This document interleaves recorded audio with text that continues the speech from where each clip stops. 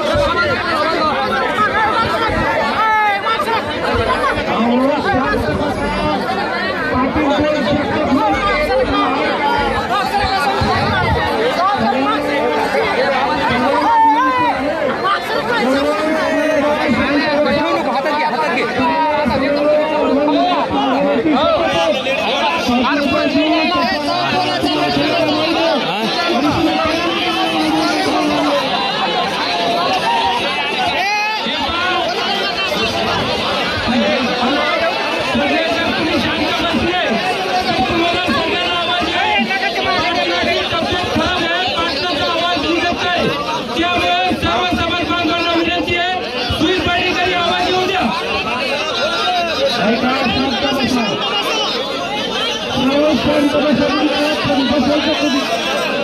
बोलू नका, विनंती तुम्हाला बोलू नका, शांत बसा, बोलू नका, बोलू नका. रोहित मुंडे साहेब मला समोर येऊ द्या ना तुम्ही तिथं व्यवस्थित आहेस तू अरे खांदा घे हा अरे भेटली तुला कशाला डाकरी करतो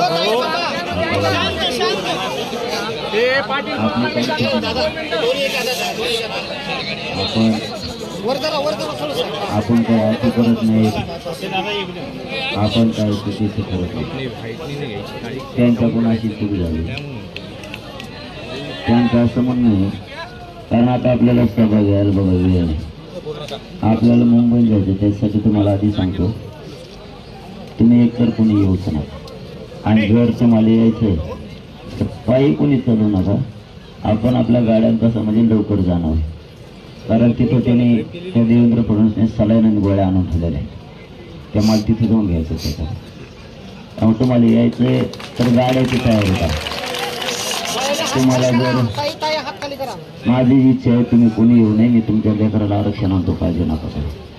झालंय काय, अडचणी असं झाल्यात, अडचणी असं होऊन बसल्यात.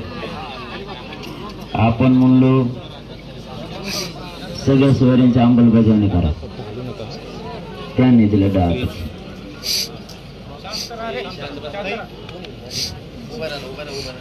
त्यांनी दिलं 10%. आपण मागितलं ओबीसीतून, त्यांनी दिलं 20%. देण्यात का हरकत नाही. ओबीसीतून आपल्या सगळ्या सोयरीची अंमलबजावणी ते करायचं, ते केलं नाही. तुम्ही उभारायचं नाही, गप ना.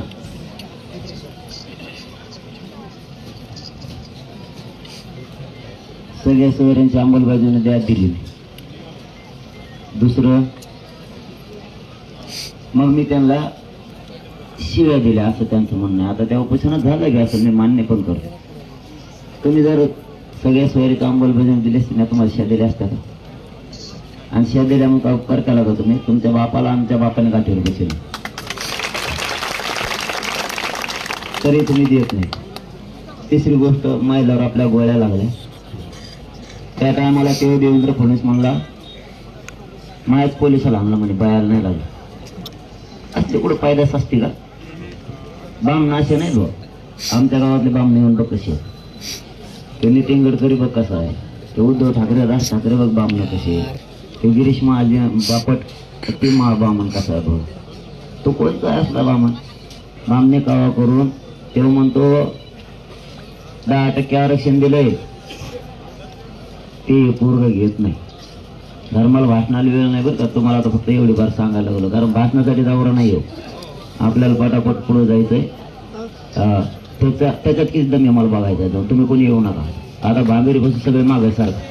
आणि जर मला पोलिसांनी हे जाऊन दिलं नाही कुठं मध्ये असले, फक्त त्यांचं बॅरिकेड उठलून शांतते बाजूला ठेवा. पोलिसाला करा नाही, मी पुढे येतो. आपण आती करायचं नाही. आता आपलं जवळ आलं, त्याने आती केलंय बघा. काय केलं ते सांगतो. 3 मुद्दे सांगितले, ध्यानात ठेवले ठेवतो मी. आता 4था सांगतो. यांना जपान म्हणून यांनी कोर्टात सांगितलं. कोर्टात ह्या देवेंद्र फडणवीसने सदावरच्या पुढे घातला. पहिल्यांदा तेच घातला होता 13% आरक्षण रद्द करायला. काल त्यांनी काय केलं, काल म्हणजे पाठीमागच्या आठवड्यात सदावर त्यांनी याचिका दाखल केली आणि देवेंद्र फडणवीसने त्या सरकारी वकिलाला पाठवलं तिथं. आता खाजगी एखाद्या माणसाने जर याचिका दाखल केली त्याच्यात हस्तक्षेप नाही करता येत सरकारला. सरकारला सेपरेट करावं लागते. तरी त्यांच्या आडून गेला आणि काय सांगितलं, याला उपचार घ्या म्हणा. मला बरं मी सर त्या मान्य न्यायालयाचा मान ठेवला, सगळ्या मराठा समाजाचा मान ठेवला. बाबाही आले होते, मी सगळ्या देवदेवतांनाही मानतो, वारकरी संप्रदायाला मानतो, त्यांच्या हातानेही पाणी पिलं आणि सलाम पण लावली न्यायालयाचा मान ठेवून. परत ती तारीख ठेवल्याच्या नंतर कोर्टात निरोप गेला की यांनी सलाईन त्या घेतल्या म्हणून आणि महाराजांच्या हाताने पाणी पिले म्हणून. निरोप गेला, कोर्ट शांत झालं. तारीख पडली 13 म्हणजे 13 मार्च मराठ्यांच्या याच्यासाठी आपल्या ह्या त्या पाकच्या सुनावणीसाठी त्या देवेंद्र फडणवीसने काय केलं, ऍडव्होकेट जनरल सराफला त्या सदावर्तेच्या याचिकेत हस्तक्षेप करायला लावलाय कराटे आणि त्या रात्री 56 आमदार एकत्र होते आणि यांनी सांगितलं की उद्या त्याला ह्या जरंगीने रास्ता रोको राज्यात पुकारले 24 तारखेला आणि जर 24ला यांना रास्ता रोको केलं तर आणखीन मराठ्याचं वजन वाढत, ही यांची खाजगी चर्चा आणि म्हणे आता कोर्टानं आजच्या 23 तारखेला निकाल द्यायला पाहिजे की ही जबाबदारी मराठ्यांची आणि जरांगीची म्हणून निकाल द्या. आता कोर्टाने ते 13 तारीख देऊन बसली. आता 23 तारीख कशी घेता येईल, कारण 23ला रास्ता रोको तुम्हाला आवाज येतो सगळ्या गोष्टी. मग कोर्टाला टेन्शन आलं असं की आपण 13 तारीख दिली मार्च, आता 23 घ्यायची कशी, पण यांनी 22 तारखेला ते सदावर्त्याच्या याच्यात संध्याकाळी स्वीकारून टाकलं, मध्ये अर्ज केला सरकारनं आणि लगेच निरोप आला आपल्या वकिलांना. 23 तारीख ठेवली, 13 कॅन्सल केली एका रात्रीत.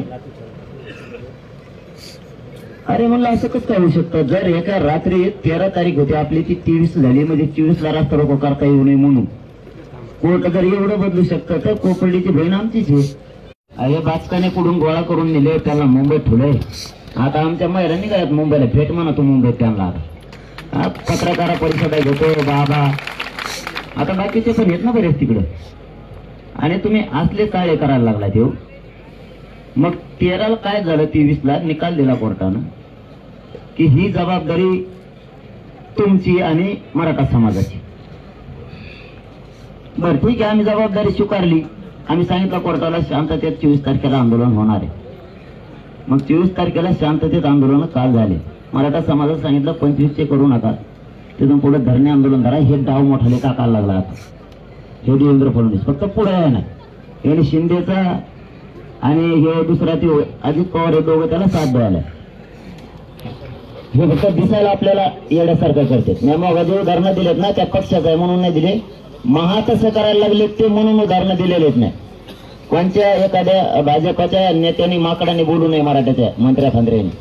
मी फक्त उदाहरणं दिली होती मोगाचे की यांनी मोठमोठे नेते असून कसे जिरे सांगून फोडले, तशी परिस्थिती मराठ्यात फूट पाडण्यासाठी तो करायला लागला मस्त आता. म्हणून मी त्याला सांगितलेले की चल मीच येतो तिथं, तुला काय गोळ्या घालायचं ना काय करायचं नसतं, तू समोर समोर येतो. तू खास बामणाचा असला तर समोर मी खास मराठ्याचा म्हणून समोर येतो. दोघांपैकी एकदम कोणी घेऊ पोलिसाचा घेऊ नको. मी इतका घाय तरी काय बुक्के तो दात पाडितो का नाही बघ. तू समोर ये, मी समोर येतो. पोलिसाचा वापर करून बाकीच्या कुठाने मला शिकवू नको. आणि 23ला निर्णय आल्यावर मराठ्यांनी शांततेत रास्ता रोको केला. आता काय झालं सांगतो. काल शांततेत रास्ता रोको झाले, राज्यभरात आपल्या पोरावर गुन्हे दाखल केले. शांततेत करून सुद्धा पीआय सांगतो एसपीचा आहे आणि काही एसपीचं म्हणणं आहे डायरेक्ट गृह मंत्रालयात स्वप्न होतं आणि हे सांगतो तुम्हाला हे गुन्हे दाखल केले त्यांनी काल. हे प्रकार एक झाला. दुसरा प्रकार सांगतो, यांनी दिलं 10%. यांचं स्वप्न होतं पहिलं 13% आरक्षण दिलं का त्या टायमाला पुऱ्या राज्यात जल्लोष झालता आणि आता 10% आपण आरक्षण दिलं, राज्यात जल्लोष आहे ना. ह्या पोरांनी काय केलंय म्हणजे याने तुम्ही काय कावर का म्हणजे एवढीच बार सांगणार आता. त्यामुळे लागलं तोंड चिटकायला. त्यांनी असं सांगितलं की हे पोरग इतकं निष्ठावाने, जर आता भाजपची सत्ता आणायची असली, मी इतके लोक गोळा केले बाकीच्या पक्षातले, सत्ता येणार नाही.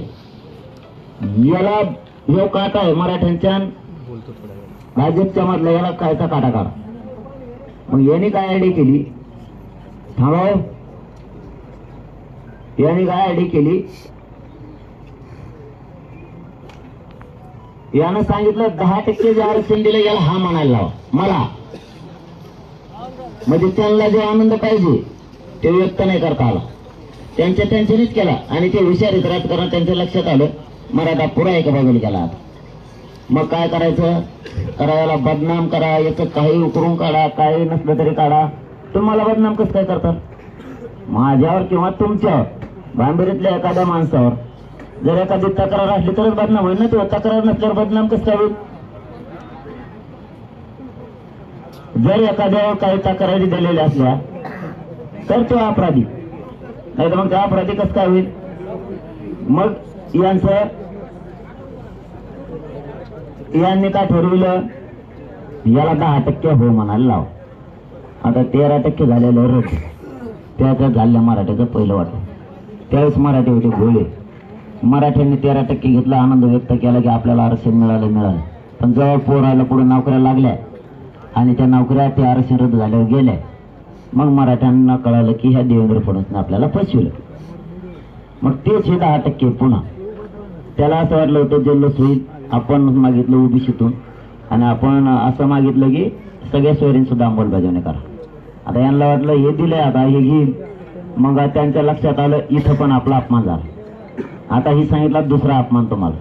आणि तिसरा सांगतो, मी एक दिवस त्यांना त्या उपोषणाच्या काळात काय असतं तुम्हाला बांधून राहिलेलं माहिती, आपलं हे उपोषण झालेलं आहे. ऑटोमॅटिक माणूस शिवाय देतो किंवा ऑटोमॅटिक चिडचिड होती त्याची.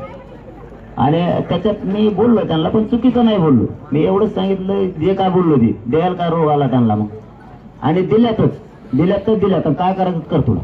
कारण तो जर आरक्षण दिलं असतं नाही काय दिले असते, दिलं नाही म्हणून दिलं.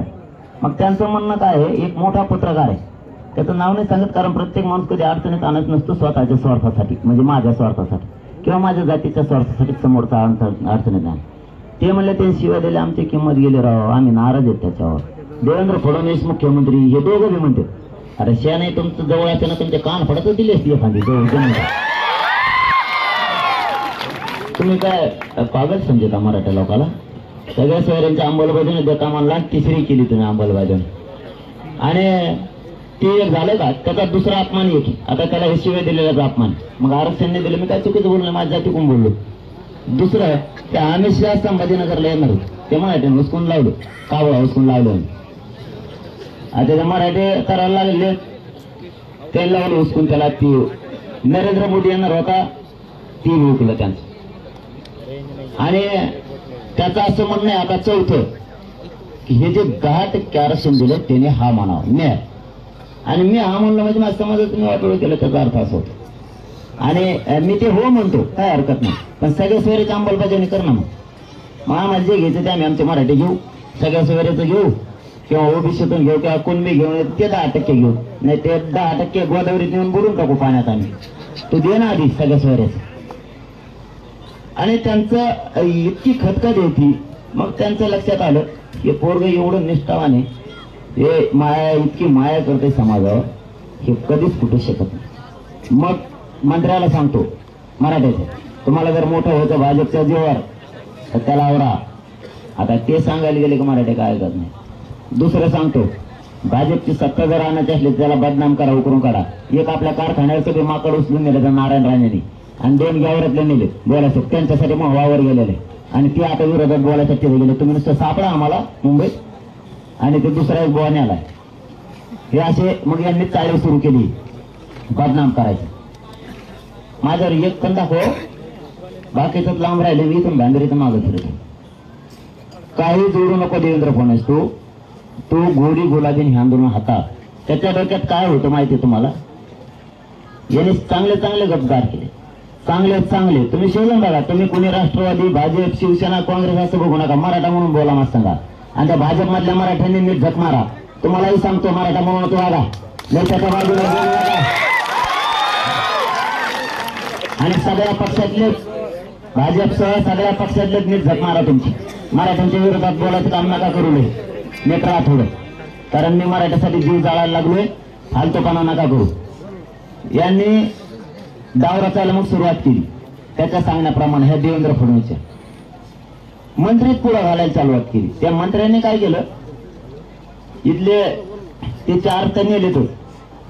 पुन्हा एक ते थोडे मी शावाडीला लिहून रावणी सोलापूरच्या ठिकाणचं ते माकड आलं आरोग्यमंत्र्याचं. त्याने 5-6 जालन्यातले नेले, म्हणजे अंबड तालुक्यातले, आणि 2-3 गेवरातले नेले. ते कोल्हापूरला हिंडून आणले. बहुतेक त्या चंद्रकांत पाटलाकडे नेले असेल. त्याला पैसे वाटतले कंडे त्या चंद्रकांत पाटलाला मराठीत वाटोळ करायसाठी. तो पाटील नाहीये, तो वेगळाच, पण त्याला पाटील म्हणलं जातं. त्याला म्हणजे पाटील नाही म्हणजे जे ने बोलतो तो म्हणजे स्पष्टच बोलतो याला. हा तो पाटील नाही आडनाव पाटील त्याचं बहुतेक. आणि तो नेला त्याच्याकडे नेलतो वाटतं असा अंदाज आहे. तिथून सिंधुदुर्गहून मिळून आणले ते माघारी. त्यांना 20 तारखेला इथं खूप बोर्ड लावायचे आपल्या तालुक्यात, पण मराठीने हुसकून लावले वाटतं. रट्ट्या खाण्यापेक्षा तेनेच लावायचे बंद केले, कारण आपल्याला ते आरक्षणच मान्य नाही. अशा स्वरूपाचं त्यांनी हे केलं. आता मुंबईला जे हे 2-4 नेलेत आणि ते जे दुसरं बो आहे याला काही मराठ्यांचे समन्वयक आहेत. हे बे मिशावला आणि तिथे 2-3 बिगर मिशावले, त्यांना मिशात फुटत नाही. ते त्या मुख्यमंत्र्याच्या मागं पुढे कुत्र्यासारखे पळत आहेत. त्यांनी बहुतेक त्याची इकडे तिकडे राहण्याच्या हॉटेलवर व्यवस्था केली. एकनाथ शिंदेचा एक प्रवक्ता आहे, तो प्रवक्ता त्याच्या पाठीशी एक भाजपचा अहमदनगरचाच मोठा नेता आहे भाजपचा, तोही त्याला बळ देतो. आणखीन सगळी तिथली अरेंजमेंट हे देवेंद्र फडणवीस करतो. सगळी काय पैसा लागला लोक फोडायला काले की आली होती मुख्यमंत्र्याच्या नावानं, हे सगळं देवेंद्र फडणवीस घडून आणतोय की लोक फोडायचे आणि याला बाजू सरकायचं नसता. मग याची बदनामी करा दोन्हीपैकी नसता. आता तुम्हाला हे 8वा मुद्दा सांगत असता नसता. हे जातीपासून लांब जात नाही, याला सलाईन देऊन त्याच्यात पॉइजन देऊन मारा. प्रकाश आंबेडकर साहेबाला ही पक्का माहिती आहे आणि ही बातमी आली आणि ती सत्य सुद्धा आहे की त्याला त्या सलाईनच्या माध्यमातून त्याला कार्यक्रम दाखवायचा नसता. मग याला पोलिसाच्या माध्यमातून लोटालोटी झाली, धक्काधक्की झाली म्हणून एन्काउंटर करा, कारण ह्यो काटा आहे मराठ्यांच्या आणि भाजपच्या मधला. ह्यो काढावं लागणार तरच आपली सत्य येणार. म्हणजे सत्तेसाठी तुम्हाला मारायला लागला तू खरंच बामणाच्या पोटचा आहे. काही चलताय सागर बंगल्यावर येतो तो गाडीत दमेना थांब तू सागर बंगल्यावर. तुला बळी पाहिजे ना, मी बळी द्यायला तयार आहे. चल तुला बळी पाहिजे ना, मी येतो. पण मराठ्यांच्या डोक्यावर ओबीसी आरक्षणाचा गुळाल टाकतो, नाही तर तुला सगळ्या सोयऱ्याचीच अंमलबजावणी करावं लागणार आहे. दोन्हीपैकी एक तर माझा मुर्दा वापस पाठव, नसता तुला सगळ्या सोयरीची अंमलबजावणी करून मराठ्याला ओबीसीत आरक्षण द्यावं लागेल. त्याशिवाय देवेंद्र फडणवीस तुला आता सुट्टीच नाही, तुला आता सुट्टीच नाही. यांनी तुम्हाला 12-13 मुद्दा सांगतो आणखीन काय काम केलं. यांनी नारायण राणे बोलायचा नसून त्याला विरोधात घालायला लावलं, बळच बोलायला लावलं. छगन भुजबळ यांनीच पुढे घातलं. छगन भुजबळ सदावर त्याला ह्याच देवेंद्र फडणवीस पुढे घात, कारण श्रद्धे शब्द माणूस कोणाला वापरत असतो माहिती तुम्हाला, आती जीवाच्याला. तो सदावर त्या देवेंद्र फडणवीसला म्हणता तू श्रद्धे देवेंद्रजी फडणवीस साहेब. बघा भाषणात तुम्ही इतक्या आपुलकीनं जीवाच्या माणसाला माणूस बोलतो, त्याला पुढे घातले. आता तेच याचिका करतात आला तेच बरं. त्याच्या याचिकेत कोण दाखल करतो अर्ज, तर सरकारचा ऍडव्होकेट जनरल, ज्याला गृहमंत्र्यांनी सांगितल्याशिवाय अर्जच करता येत नाही, तो अर्ज करतो. खाजगी याचिका करत्यात अर्ज सरकारला करता येत नसतो तरी केला आणि कोर्टाला निर्णय बदलायला लावला. मग त्या कालपासून त्या कोर्टात सुद्धा सलाईन तोडून टाकल्या. अरे ज्या सरकार त्या न्यायालयाचा सन्मान ठेवला, सलाईन घातल्या, त्यांनी आमच्याकडून बी बोलायला पाहिजे, सरकारकडून बी बोलायला पाहिजे. कारण कायदा सुव्यवस्था बिघडली नाही पाहिजे ही जबाबदारी सरकारची. तुम्ही नीट समजून घ्या मी काय सांगतो. कायदा सुव्यवस्था बिघडली नाही पाहिजे, जाळपोळ नाही झाली पाहिजे आणि जनतेचे प्रश्न सुटले पाहिजे ही जबाबदारी सरकारची. तर ही जबाबदारी कोणी घेतली? कोर्टाने. कोर्ट कसं काय घेऊ शकतो? कोर्ट कधी येणार? उदाहरणार्थ तुमच्या गावावर सांगतो, तुमच्या गावात जर सरपंच नसला तर सरपंच होईपर्यंत ग्रामसेवकने काम करायचं असतं, म्हणजे प्रशासक बसला. तसं या राज्यात विधानसभा अस्तित्वात आहे, विधान परिषद अस्तित्वात आहे, राज्यपाल अस्तित्वात आहे, मुख्यमंत्री अस्तित्वात आहे, सरकार अस्तित्वात आहे, गृह मंत्रालय अस्तित्वात आहे, पालकमंत्री अस्तित्वात आहे. बोलत होते नाही तो उठून जाईल. इथं मराठ्यासाठी जे चाललाय टीव्हीवर दिसण्यासाठी बोलबोल ना करू. इथं सगळं अस्तित्वात आहे, तरीही न्यायालयाच्या खांद्यावर बंदूक. मग न्यायालयाने निर्देश द्यायचे. न्यायालय असं कसं काय करू शकतं? मग कायदा तर सगळ्यासाठी सारखा आहे. न्यायालय मराठ्यांना एक न्याय देणार आणि सरकारला एक देणार. सरकारला सांगायला का रोग आला त्यांना की तुमची जबाबदारी त्यांचा एक प्रश्न सोडा, मग आधी सूचना कशाला काढली? नसता कायदा सुव्यवस्था बिघाडी पाहिजे, हे न्यायालयाचं काम आहे. न्यायालय आम्हाला एकट्यालाच सांगतो. म्हणजे ही कोणती सिस्टम आहे तुमची? हे काम झालं. दुसरं त्याचं असं म्हणणं आहे की मराठ्यांचा 75 वर्षात जे मिळालं नाही ते हरामखोर पोरांनी मिळवून दिलं. बघा बरं का, याला उठून लावायला कोण आहे? 75 वर्षाच्या पोरांनी जे आपण दिलं नाही ते ओबीसीतलं आरक्षण जवळपास 1.25 करोड लोकांना मिळून दिले. दुसरं, आपण 10% दिलं, हे पोरग ते मान्य करत नाही, आपला अपमान झाला. तिसरं, सगळ्या सोयऱ्यांची अंमलबजावणी करायला लाव म्हणतोय आणि हे लावायलाच लागेल. मग आता हैदराबादचं गॅजेट घ्यावं लागेल, केसेस मागे घ्यावं लागतं. आणि हे पोरग जवळ जिवंत आहे तवर मराठीत एक फोटो शकत नाही असं ते म्हणतो. आणि मराठीने एक केलं तर मराठीला आरक्षण दिलं, सगळ्या सोयरीचं अंमलबजावणी द्यावं लागेल. नसता काय करायचं काटा करा. मी पोलिस सांगितलं. हे कशावर सांगतो तुम्हाला माहितीये का? कशावर म्हणतोय? काल न्यायालयाने सांगितलेलं असून सुद्धा आपल्या लोकांनी शांततेत आंदोलन केलं तरी PSAच्या माध्यमातून सगळ्या महाराष्ट्रातल्या पोरावर रस्ता रोको केले म्हणून गुन्हे दाखल केले. नुसते रस्ता रोको केले शांततेत म्हणून, ही कोणता न्याय आहे? मग यांच्या डोक्यात बदनाम करणे, आरोप करणे, आणखी याच्या केसेस बाहेर काढा, नसल्या तरी टाका, काही करा. आणि काहीच जर येतं निघत नसलं, मला काहीच निघालं नाही तुम्हाला सांगतो, काहीच सापडलं. मग आता शेवटच्या पर्यायाला सलांमध्ये घाला तेव्हा याचा बळी घ्यावाच लागतोय आपल्याला. हे त्याचं स्वप्न. इतके नीट केले म्हणे मी, म्हणजे चांगले राजकीय पक्षातले. मी राजकीय पक्षातले मग असे नावं काय घेतले, कोणतं काय हरामखोर म्हणलं, ते राष्ट्रवादीची स्क्रिप्ट होती का काय? अरे मराठ्याच्या पोटचा असल्यासारखा बोलायला शिक जरा मराठ्याच्या बाजूनं.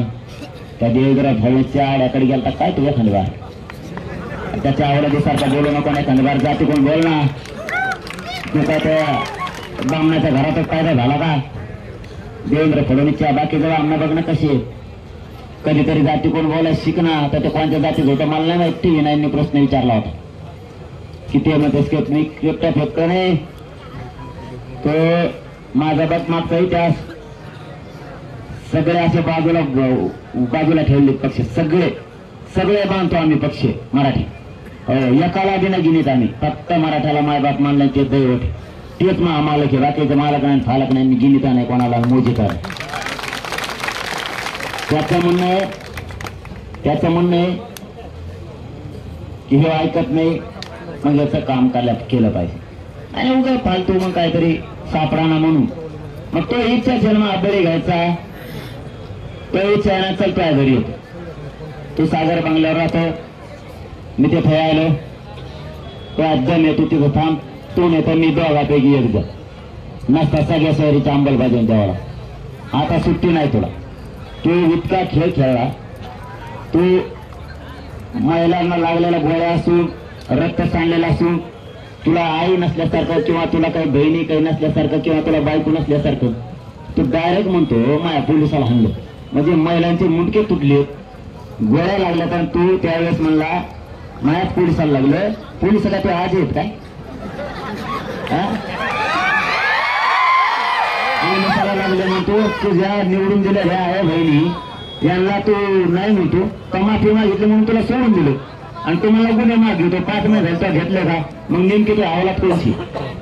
तो 5 महिन्यात गुन्हे तरी दाखल त्या बहिणीचं घेऊन टाकायला पाहिजे, तर ते बी नाही घेतलं. तू याच करतो आम्हाला. आणि मराठ्यांना वाटत असेल एकाएकी निर्णय घेतला, एकाएकी घ्यायचं कारण पण तसंच. एका रात्रीत त्यांनी कोर्ट फिरून आपल्या विरोधात निर्णय घेतला आणि आपल्याला धरणे आंदोलन करावं लागलं तर रस्ता रोको जागेवर. त्यापेक्षा त्याच्यात किती दम आहे तुम्ही पसरा, मी बघतो. तो कसा देत नाही सगळ्या सोयरीच्या अंमलबजावणी. आणि त्याला बळी घ्यायचा ना माझा, तर तो पोलिसाला एन्काउंटर करायला लावा मा तिथे नसता. तो बिराड आवरलेला 14 राज्यात. नरेंद्र मोदी साहेबांनी आपली घाण ही गावांना ठेवली महाराष्ट्रात. हे कोणाला विवाहात द्यायला लागलं, कोणाला पण कसला याच्या स्वार्थासाठी. मी उदाहरण म्हणून मोगा दिले, जे लोकांनी उद्या हयाती आपण आपल्या पक्षात घातल्यात ते कधीच बाहेर येऊ शकत नाही. पुण्याच्या देणं हे जेलला टाकेल म्हणून लोक पक्ष सोडून त्याच्याकडे गेले. आणि याला हे सोडून घेऊन काय करायचं? अहो कधी आपल्या कळण्यात आहे का माय बापा? 5 वर्षात सगळ्या पक्षाची सत्ता आली असं आपल्या कळण्यात का आहे का? काँग्रेसची आली, भाजपची आली, शिवसेनेची आली, काँग्रेसची आली, राष्ट्रवादीची आली, सगळ्याची बारी बारीने आली. आणि आपण सगळ्याला विरोध केला बारी बारीने. आपण कसं जगायचं रे? हे एका रात्रीच एक झाले. अजित पवारचं आणि देवेंद्र फडणवीसचं कवा जमत? देवेंद्र फडणवीसचं शिवसेनेचं कवा जमत? राष्ट्रवादीचं काँग्रेसचं जमत? काँग्रेसचं शिवसेनेचं नाही जमत. भाजपचं काँग्रेसचं जमत. कसं काही युती केलं रे नाही? आपल्याला किती अडत काढते तरी. आणि आपण किती दुश्मन घातलं रे यासाठी? आज ते नेता आपल्याला बोलत नाही ते म्हणतो तुम्ही तेव्हा आम्हाला हाणलं होतं त्या पक्षासाठी. आणि हे सगळे गळ्यात गळे हिंडून टाकून हिंडायला लागले. सगळ्यांची सत्ता आली आणि आपल्या वेळात काढते. सगळ्या स्वारीचं अंमलबजावणी होत नाही म्हणतो. कसं काय होत नाही? आणि तू कोणत्या डावा टाकतो? ते सगळ्याला पुढं घालतो. ते काय करणार रे? ते सगळं मुरकुडं उचकाल्यासारखं झालं. ते बदग सगळ्या दुनियेत एक कान परत दिले ना ते उलटा पालटा होऊन जाईल. ते त्याचं काय राहिले? त्याला बळ देतो, त्याला माझ्यावर घालतो.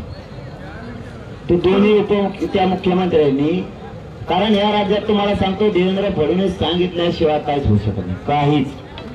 1 मिनिटात ते काही बंद करू शकतो, काही सुरू करू शकतो.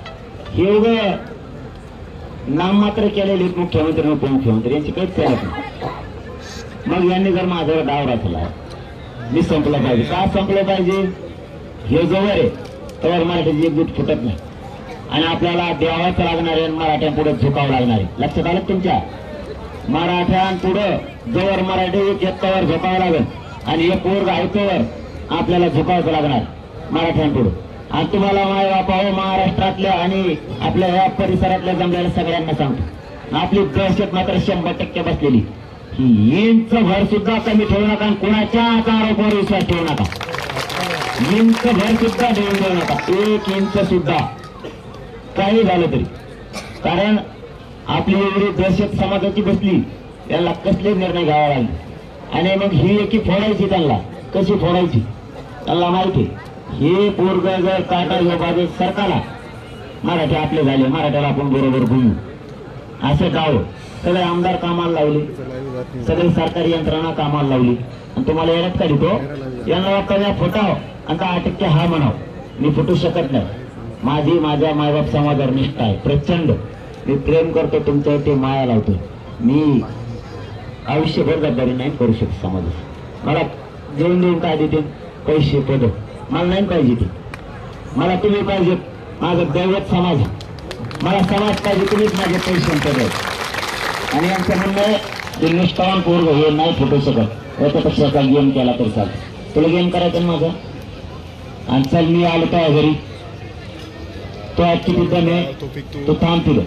तुला 2 कामं करायला लागतात. सगळ्या सोयरीचं अंमलबजावणी.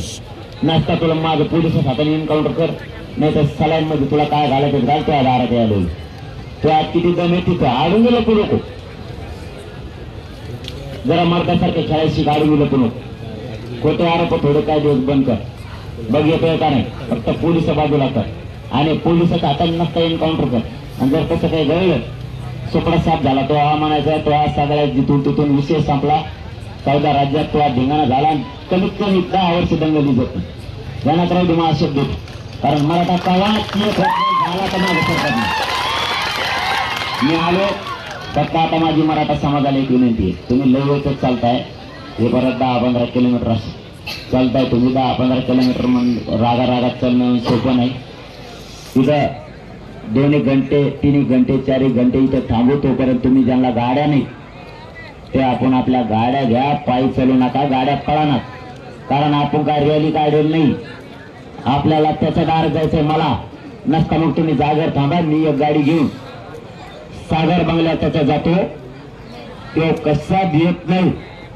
सगळ्या सोयरीच्या अंमलबजावणी त्याला कोणतं एन्काउंटर करायचं ना त्या बघू. त्याला असली अवलाद कवात घेतली नसेल माझ्यासारखी डायरेक्ट अंगावर घेणारी. त्याच्या अंगावर जातो आणि ते कुठेही म्हणा महाराष्ट्रात सुद्धा. आता तो त्या घरी चाललोय पण तो महाराष्ट्रात कोणत्या कोपऱ्यात आणि राजकीय नेते बी मराठ्यांच्या पाठीमागे उभा राहू नका. तुम्ही गावागावाने मराठ्याची घेऊन टाका. आता मग तुम्हाला विकास का कळणार आता उद्या सकाळपासून. तुम्ही नाटकं लावलेत का? मी काय चूक नाही केली, मी मागणी केली.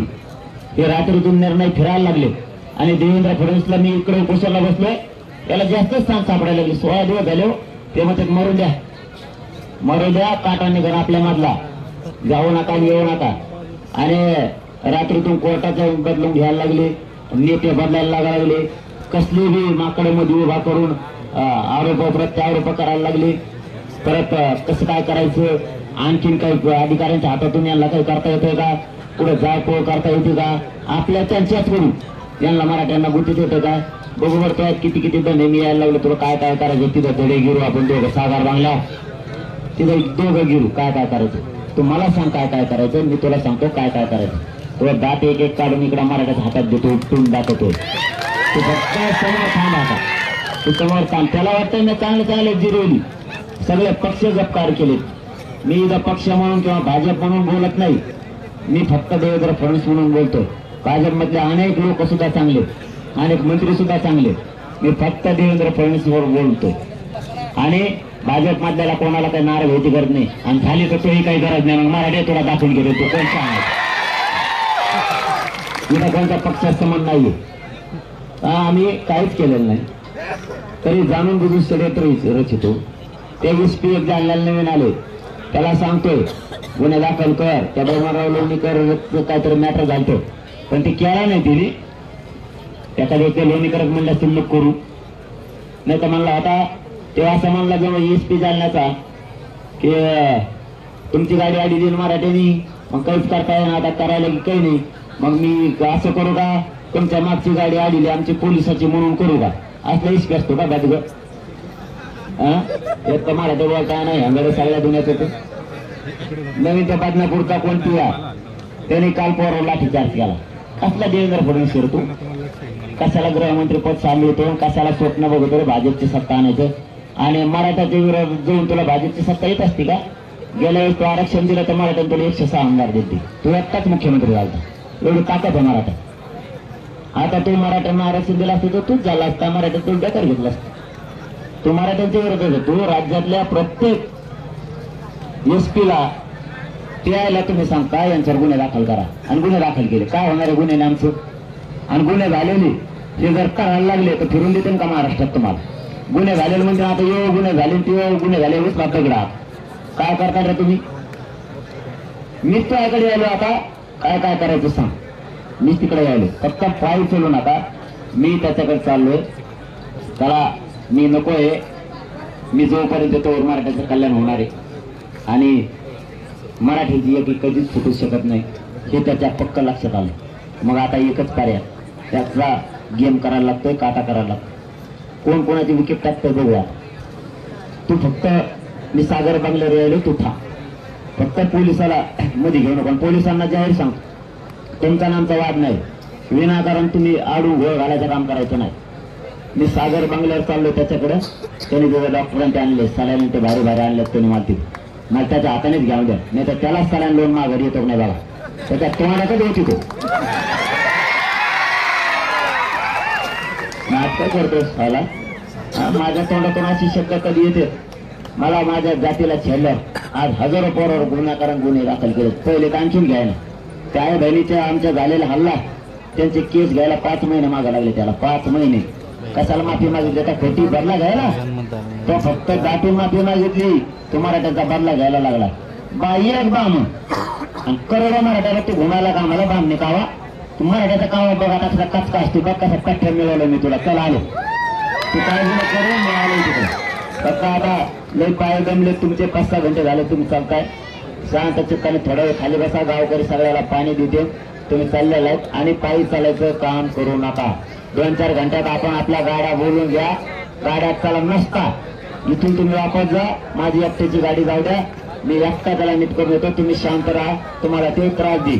आपण 2-4 घंटे इथं बसू. तोपर्यंत सगळ्यांनी शांत आजूबाजूला बसा. चलून चलून दमलेला आहेत तुम्ही, कारण आपण काय गाड्यात आलेले नाहीत म्हणून दमायला.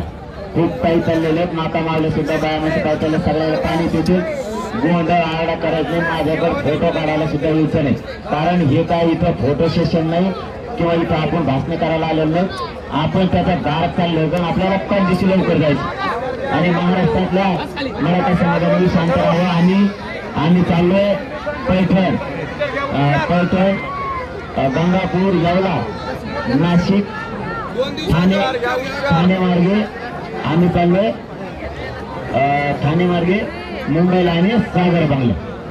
त्याच्यामुळे सगळ्या मराठ्यांनी आता बघतो शोधल्याचा किती जमीन हे कसा. एक मिनिट आवाज करू नका, एक मिनिट आवाज करू नका. मनोज दादाला आमच्या 500 आगरमाला थांबलेले आहेत, 22,000 पब्लिक थांबलेले. सगळ्याच्या वतीनं सांगतो की मनोज दादा तुम्ही पाणी घ्यायचं, आराम करायचा आणि औषध उपचार घ्यायचा आणि आपले नारायणगडचे बाबा बोलणार आहेत त्यांच्या आदेशाचं मनोज दादाने पालन करावं. सगळ्याचं म्हणणे ऐका, विनंती हे मुलं पायी चालते. आजच्या दिवस पाटलांनी इथेच मुक्काम करा. उद्या गाड्याची नियोजन करून खाण्यापिण्याचं बरोबर घेऊन नावं जसं मुंबईला जातात तसं आम्ही तुमचा पाठवला आहे. आज मुक्काम करा. थोड़ा पीछे आओ ना, थोड़ा राइट में लो ना कैमरा, ये सरक ना थोड़ा सा, कासा थोड़ा राइट घुमाओ कैमरा, नहीं तो पीछे आओ ना लाइट. मत आहे की आज इथं मुक्काम घ्या, मुक्काम करा आणि हे उपचार ऐका. आता हे जे उपोषण सोडून द्यायचं, खाऊन पिऊन लागायचं. आता मुक्काम इथेच करा. उद्यापासून गावाला काय असेल बरोबर साहित्य घेऊन हे मुलं येतील. पण विनंती सर्वातर्फे की सर्वांची आग्रहाची विनंती, आजच्या दिवस इथे मुक्काम करा. सगळे खाली बस, एक मिनिट सगळं खाली बस. खाली बसले सगळ्या आवाज जातो, खाली बसा रोज लोक आवाज जातो.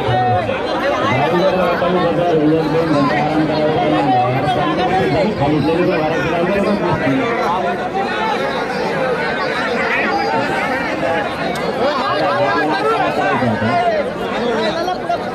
आपल्याला काय करायचं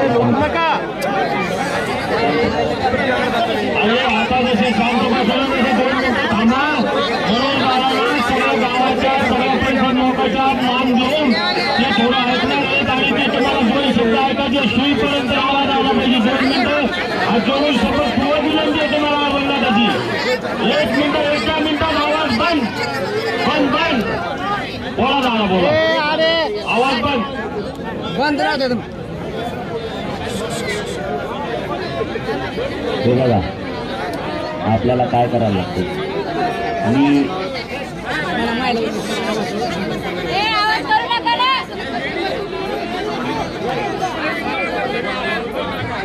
आरक्षणात जरा देणं घेणं ठेवा. नुसतं आवडा करण्यात देणं घेणं नका ठेवा.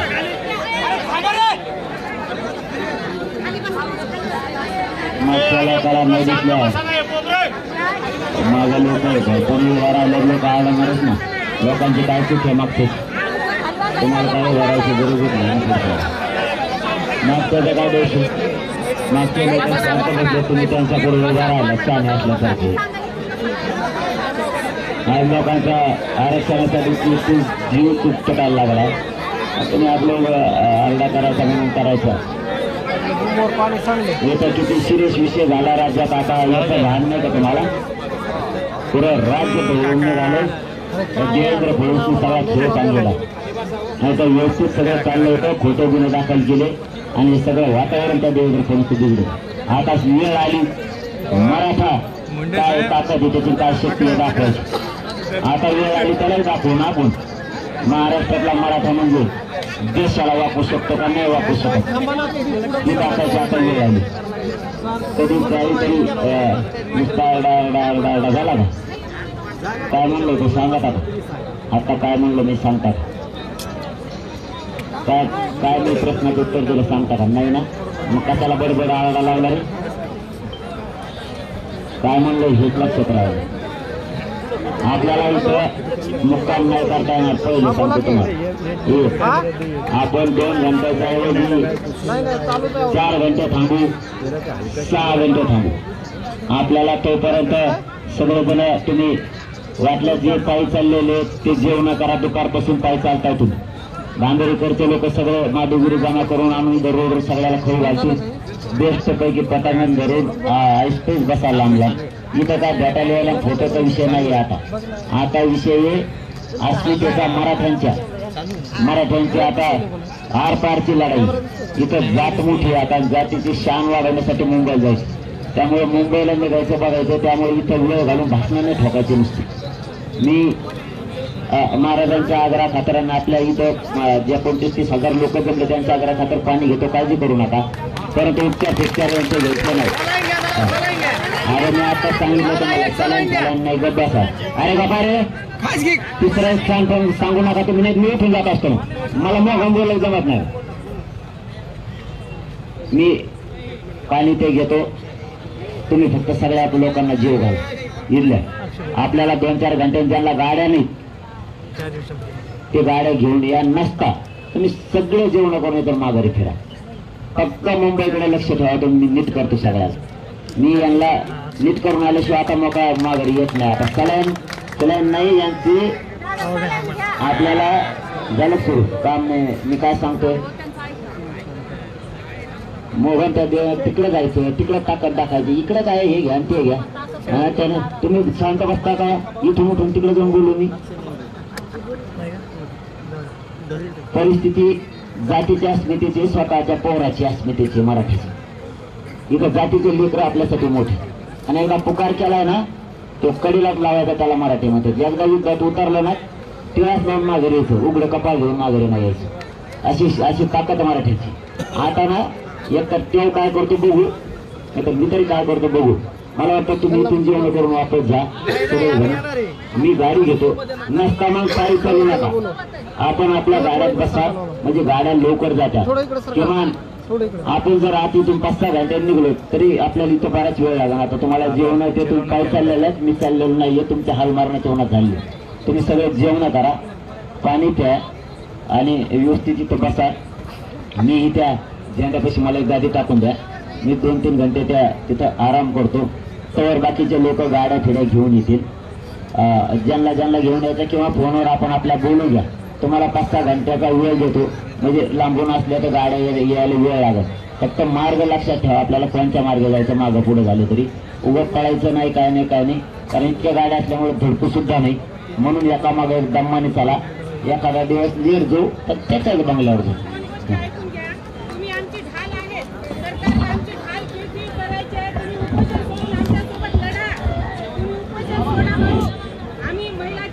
गावातले सगळे त्यांनी जेवणाची व्यवस्था तयार करून आणून द्यायची. शांत थांबा. 2 मिनिटं थांबा. अरे 2 मिनिटं थांबा. आलेल्या पाहुण्याचं मनोदाराने सांगितलं त्या पद्धतीनं आदरातिथ्य आपण करणार आहे. त्यांचा आदेश आपण मानत आलेला आहोत. आणि सगळेच मराठा समाज 5 महिन्यापासून जरंगे पाटील जेव्हापासून आरक्षणाच्या भूमिकेत आहे तेव्हापासून मराठा समाज त्यांच्या पाठीमागं खंबीरपणाने उभा आहे. परंतु परंतु एक मिनिट लाख नेलं तरी चालेल, परंतु लाखाचा पोशिंदा जिवंत राहिला पाहिजे ही भावना सगळ्या लोकांची आहे. आणि दादा तुम्ही काही जरी म्हणत असले तर आमच्या परिसरातील सगळ्या महिला, मराठा समाज, सगळे कार्यकर्ते मुंबईला जायला आमचा तुम्हाला विरोध नाही. बिलकुल मुंबईला तुम्ही जा, परंतु आपल्या शरीराची काळजी आपण घेतली पाहिजे. उद्या तुम्ही जर काही दगाफटका आपल्याला झाला तर आम्हाला आरक्षण मिळून काय मिळणार आहे? काय उपयोग त्या आरक्षणाचा? आम्ही ते आरक्षण आहे ना आम्ही मोकळून जाऊन आरक्षण घ्यायला नसू नये, तुम्हाला खरं सांगतो. पण आम्ही तुमचं आतापर्यंत जरी वयाने मोठे असलो तर दादा तुमचं आम्ही ऐकलेलं आहे. आणि आमचं फक्त एवढीच विनंती आहे की तुम्ही फक्त उपचार घ्या, ट्रीटमेंट करा आणि चेकअप करा. तुम्हाला आणि जेवण करा, खा आणि चेकअप करण्यासाठी दवाखान्यापर्यंत चला. आम्ही मुंबईला तुमच्या बरोबर यायला तयार आहे, आमच्या महिला यायला तयार आहे. त्यांच्या दारात आपण बसू, काहीच अडचण नाही. पण आमची आता सगळ्या टीमची, मी एकटा बोलत नाही दादा, आम्ही सगळे तुमच्या बरोबरचे जे कोर कमिटीचे लोक आहेत, सगळ्याची भावना आहे आणि सगळ्याच्या भावनेचा आदर, सगळ्याच्या भावनेची किंमत दादा ही तुम्ही केली पाहिजे. आमचं सगळं समजत आहे. काही नाही असलं तुमचं आम्ही ऐकलं आलं नाही, आमचं तुम्हाला ऐकावंच लागलं. ऐकायला लागेल की नाही? ऐकायला लागेल की नाही? एवढी विनंती आहे दादा, तुम्ही उत्तर घ्या. ऐका, सर्व समाजाला नम्रतेची विनंती. आपण जरांगे पाटलासाठी काहीही करायला तयार आहे. जरांगे पाटलांनी आपलं मनोगत व्यक्त केलेलं आहे. त्यांना